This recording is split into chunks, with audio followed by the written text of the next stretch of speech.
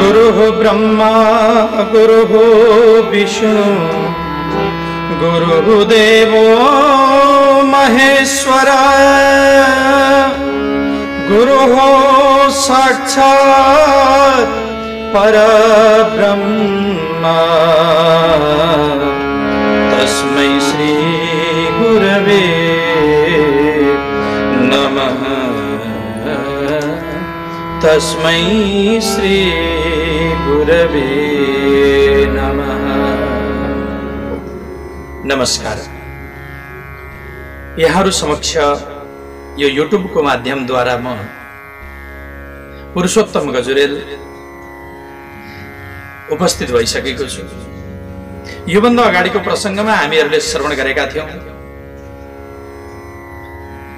महात्म्यका प्रसंगहरुलाई यो चतुर्मासका रूपमा हामी श्रवण गरिरहेका छौं। अहिले सुरुवातमा चतुर्मासको सुरुवातमा महात्म्यद्वारा नै हामीले कथा प्रसंगलाई अगाडि बढाइरहेका छौं भने अब हिजो हामीले चौथो अध्यायको कथालाई सुनेका थियौं। आज पाँचौं अध्यायको कथालाई हामी श्रवण गर्न लागिरहेका छौं।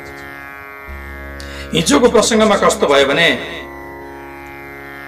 धुन्धुकारीले आफ्ना पिता आत्मदेवलाई कुटपिट गरे, खूब ताडन दिए, जसद्वारा बिचारा आत्मदेव त्रस्त भएर अत्यन्त दुखी भएर कहाँ जाऊं, के गरौं, कसो गरौं आतिदे सिधै गए। त्यसै बेलामा गोकर्णजी महाराजका साथमा भेट हुन्छ। गोकर्णजी महाराजले उपदेश दिनुभयो, हे पिताजी, यो संसार भनेको यस्तै हो, क्षणभङ्गुर हो। तपाई संसार प्रतिको मोहलाई त्यागिदिनुस्, पुत्र सन्तान प्रतिको मोहलाई त्यागिदिनुस्, साधु सन्तको संगति गर्नुस्, सज्जनहरुको संगति गर्नुस्, तपाईले मुक्ति गतिलाई प्राप्त गर्नुहुन्छ भनेपछि आफ्ना पुत्रको आज्ञालाई मान्दै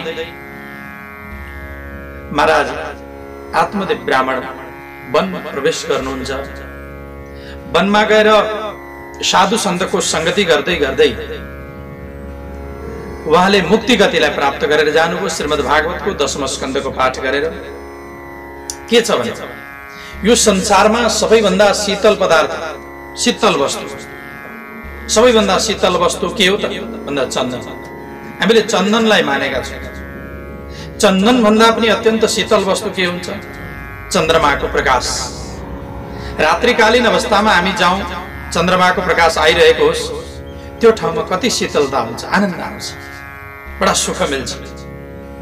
र त्यो भन्दा पनि शीतल साधु संगति, सज्जनहरुको संगति, सन्त पुरुषहरुको संगति सबैभन्दा शीतलता प्रदान गर्नेवाला हुन्छ। चन्दनं शीतलं लोके चन्दनादपि चन्द्रमा चन्द्रचन्दनयोर्मध्ये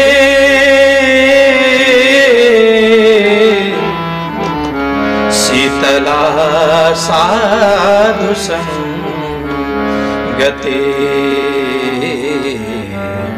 शीतला साधु संगति। यो संसारमा सबैभन्दा शीतल वस्तु हो चन्दन। चन्दन भन्दा पनि शीतल वस्तु रहेको छ चन्द्रमाको प्रकाश, र त्यो भन्दा पनि अत्यन्त शीतल हो साधु संगति। किनभने चन्दनले एउटा कुरो त मेटाउन सक्ला, चन्दनद्वारा एउटा कुरो हुन सक्छ सज्जन। के कुरो त भन्दा शिरको व्यथा पीडा निवारण भएर जाला।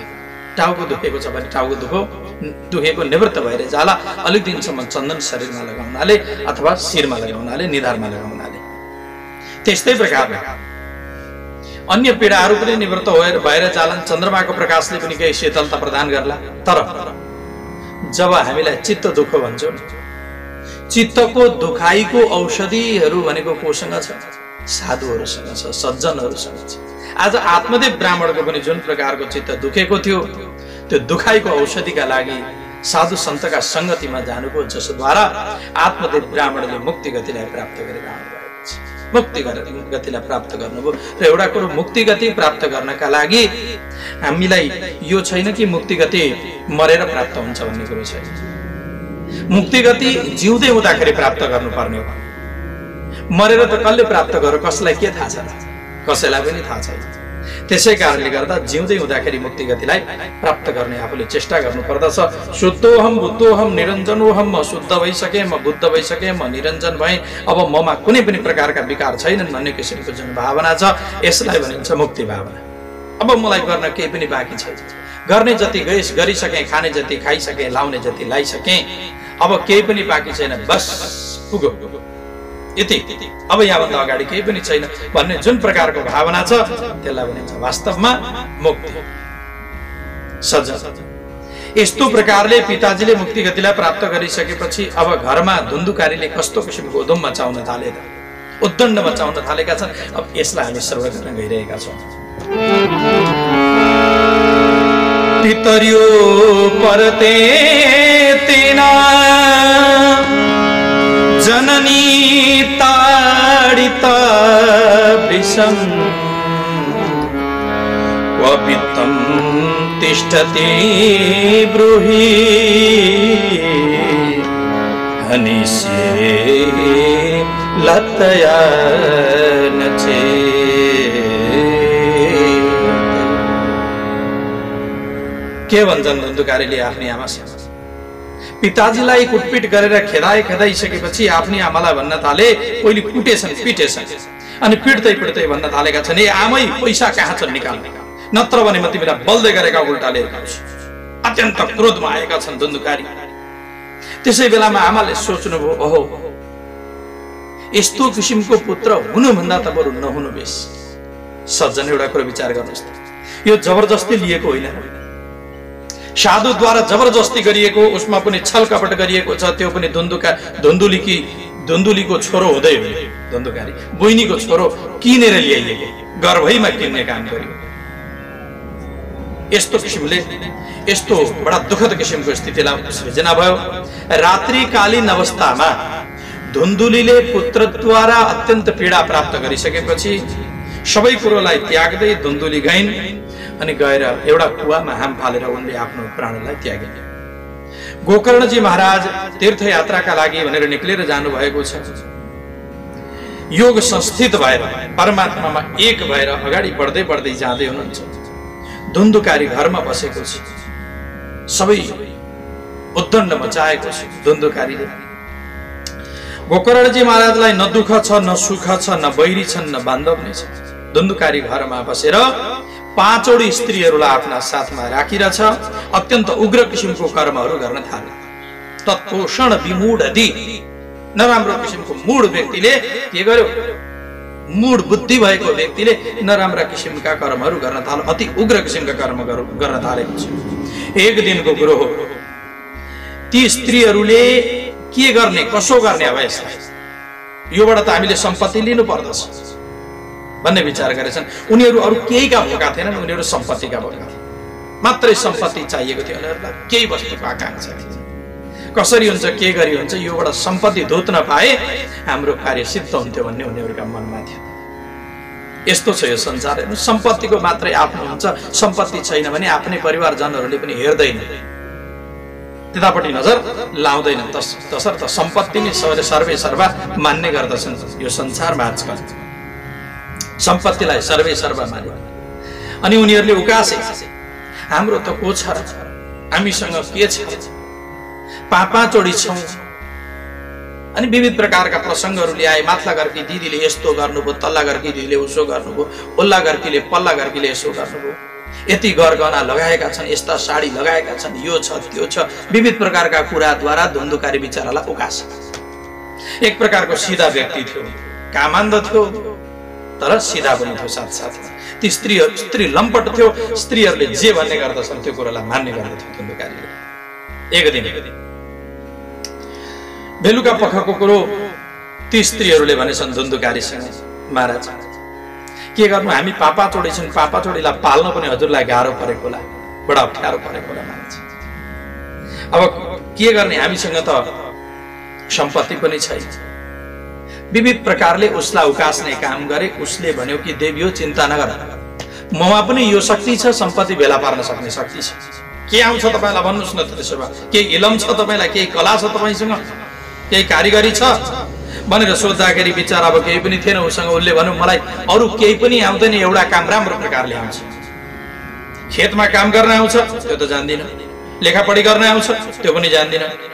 कसैकोमा मजदुरी गर्न, त्यो पनि जानेको छैन। त्यसो भए तपाईलाई आउँछ चाहिँ के त भन्नुस् न। ती स्त्रीहरूले भन्ने बित्तिकै उसले भन्न थाल्यो, देवी हो मलाई आउने साँच्चै राम्ररी आउने चिज भनेको के हो भन्दाखेरि मलाई चोरी गर्न आउँछ। म चोर्न राम्ररी जान्दछु, एकदम म भाती पुर्याएर चोर्ने काम गर्दछु, सिद्धहस्त छु चोर्नका लागि। भनेपछि ती स्त्रीहरूले भने कि चोरेर हुन्छ कि लुटेर हुन्छ, के गरेर हुन्छ, कसरी हुन्छ, हामीलाई त सम्पत्ति चाहिएको छ, हामी त सम्पत्तिका भोका छौँ। यो संसार भनेको यस्तो हो। यदि पतिले 2-4 दिनसम्म सम्पत्ति ल्याइरह्यो भने पति देवता राम्रो, पतिले ल्याउन छोड्यो भने पत्नीले भन्न थाल्दछन् कि काम नदिने भाइ, अबदेखि काम लागेन, कामै नदिने छन्, के गर्नु र भनेर भन्न थाल्दछन् पत्नीले नि। परिवारजनले मातापिताद्वारा नै तिरस्कृत हुन थाल्दछ। 2-4 दिन काम गर्न सकेन भने सबैद्वारा तिरस्कृत हुन्छ। मात्रै सम्पत्तिलाई मानेका छन्। सम्पत्ति हुँदाखेरि आफ्नो हुन्छ, सम्पत्ति भएन भने त्यही पराय भएर जान्छ। सज्जन, यस्तो प्रकारले रात्रिकालीन अवस्थामा साँझको बेला थियो, सडक निक्ल्यो धुन्धुकारी अनि सिधै गएको छ राजदरबारमा। सिद्धहस्त थियो चोरी गर्नका लागि। त्यहाँबाट राजदरबारबाट सन्दुक सर लिएर आयो। सन्दुक यसो खोलेर हेर्छन् जति पनि स्त्रीहरू थिए, 5वटै सोइरिनी नारीहरू। यसो हेर्दाखेरि के देख्दछन् सन्दुकमा त? एउटामा टन्न मस्त साडी भरिएका छन्, अर्कामा गहना प्रशस्त मात्रामा छ। उनीहरूले विचार गरे कि पक्का पनि भोलि बिहान उज्यालो हुने बित्तिकै यो धुन्धुकारी त छ मूर्ख, यसले के भन्छ ल यो लगाएर हिँड भनेर भन्ला। त्यति बेला हामीले के गर्ने? कथनचित लगाएर हिँड्यो भने राजाका अनुचरहरूले देख्ने बित्तिकै त हामीलाई के गर्छन्, सिधै पक्रेर लिएर जाने काम गर्दछन्, बन्धनमा पर्छौँ यसका कारणले गर्दा। त्यसैले अब अर्को केही उपाय गर्नुपर्छ भनेर उनीहरूले रात्रिकालीन अवस्थामै धुन्धुकारीलाई तह लगाउने विचार गरेछन्, ठेगान लगाउने विचार गरे। रात्रिकालीन अवस्थामै धुन्धुकारीलाई ठेगान लगाउनका लागि ती स्त्रीहरूले कतैबाट गएर एउटी स्त्रीले केही चिज लिएर आइन्, त्यो वस्तु ल्याइन्। अब ऊ खान थालो, पिउन थालो, लट्ठ भयो। मदिरा आदि उसलाई सेवन गराइएको छ।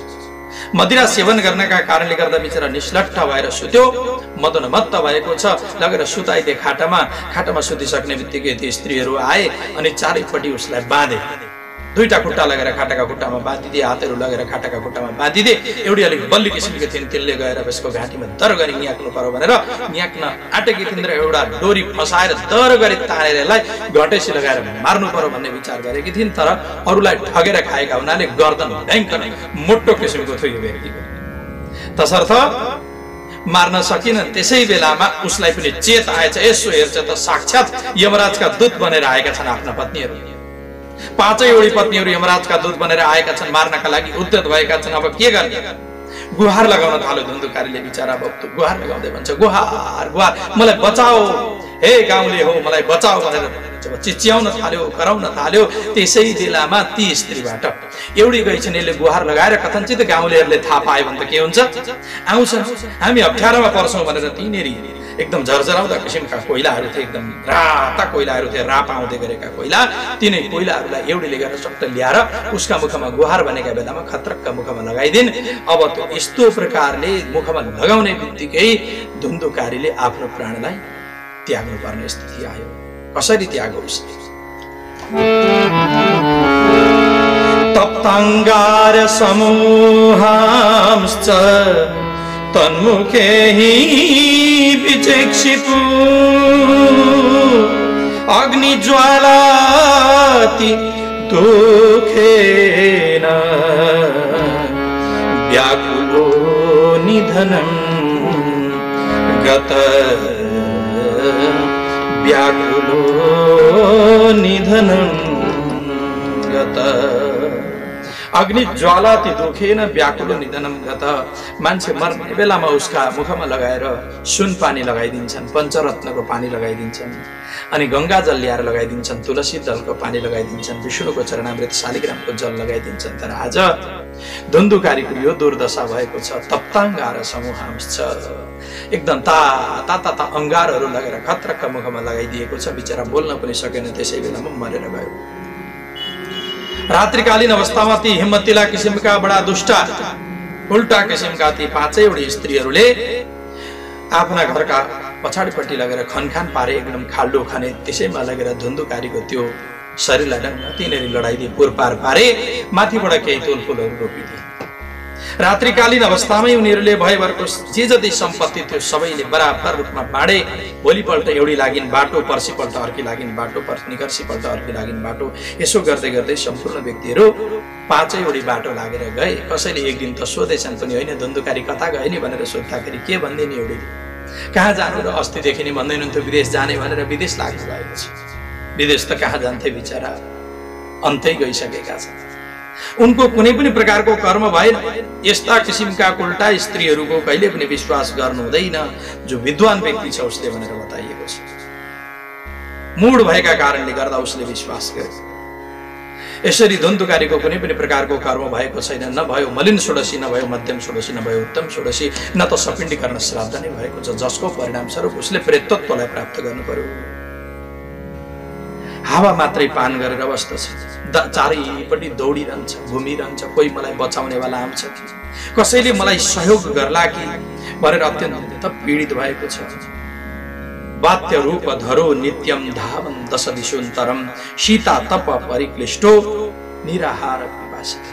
केही खान सक्दैन बिचरा, पिपासित छ, शुचिमुख प्रेत छ।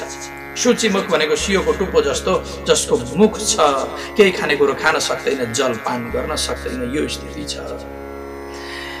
कसैले पनि शरण दिएका छैन उसलाई, कसलाई गएर भन्ने आफ्नो मनको दुःख, आफ्नो मनको बह गरेर कसलाई पोख्ने ठाउँ पनि छैन उसँग, अब कसलाई गएर बताउने। अत्यन्त पीडित छ, अत्यन्त दुखित छ। एक दिनको कुरो हो, गोकर्णजी महाराज घुम्दै घुम्दै घुम्दै घुम्दै घुम्दै घुम्दै आफूलाई अनाथ हुँ भन्ने कुरो थाहा पाएर जुन जुन तीर्थमा जानुहुन्थ्यो त्यो त्यो तीर्थमा गएर श्राद्ध गरिदिनुहुन्थ्यो। मेरा पिताजी पनि बित्नु भएछ, माता पनि बित्नु भएछ, दाजु पनि बितिसक्नु भएछ, कोही पनि रहन्छन् मेरा यो संसारमा भन्ने कुरो थाहा पाएपछि जुन जुन तीर्थमा जानुहुन्थ्यो त्यो त्यो तीर्थमा गएर पिण्डदान आदि कर्म गर्नुहुन्थ्यो। अनि एक दिन घुम्दै घुम्दै घुम्दै आफ्ना घरमा आइपुग्नु भयो। कहिले गयामा गएर गरिदिनु भयो, कहिले कुनै तीर्थमा गर्नुभयो। एक दिन आफ्ना घरमा आउनुभयो अनि घरको आँगनलाई बडार बडार पारेर सिकुवामा आज बस्नु पर्यो भनेर बस्नका लागि उद्यत हुनुभएको थियो। साँझका बेलामा कि त्यसै बेलामा विविध प्रकारका आवाजहरू आउन थाले। दर्शयमास महारौद्रतरम बपु, विविध प्रकारका आवाजहरू आउन थालेका छन्। अचम्म अचम्मका आवाजहरू आउन थालेका छन्। कस्तो कस्तो किसिमको आवाज आउँदैछ त। सकृन्मे सा सकृद हस्ति सकृच महिषो भवत्, सकृद इन्द्र सकृच अग्नि, पुनश्च पुरुषो भवत्, पुनश्च पुरुषो भवत्। बेला बेलामा भेडो जस्तो कराउँछ, भ्या गरेर कराउँछ। बेला बेलामा हात्ती आए जस्तो, हात्ती बोले जस्तो गर्दछ। बेला बेलामा पाहाडो कराए जस्तो, रागो कराए जस्तो गर्छ। बेला बेलामा राजा हिँडे जस्तो गर्दछ, घोडाका टापहरू बज्ने गर्दछन्, टडक टडक तर तर गर्दै गर्दै। बेला बेलामा आगो बले जस्तो देखिन्छ, बेला बेलामा कोही मान्छे हो कि जस्तो किसिमको आवाज आइरहेको छ। यो देख्ने बित्तिकै गोकर्णजी महाराज अलमल्लमा पर्नुभयो, छक्क पर्नुभयो। यो के हुँदैछ, यो विपरीत दशा कसरी भयो? केही धैर्य धारण गरेर अनि गोकर्णजी महाराजले प्रश्न गर्दै भन्नुभयो,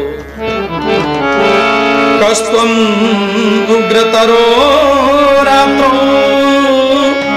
कुतो यातो दशामिमा, किं वा प्रेत पिशाचो वा राक्षसोऽसीति संसन, राक्षसो सीति संसन। के भन्नुहुन्छ? को हो तिमी? यो रात्रिकालीन अवस्थामा यो दशा तिम्रो कसरी भएको छ?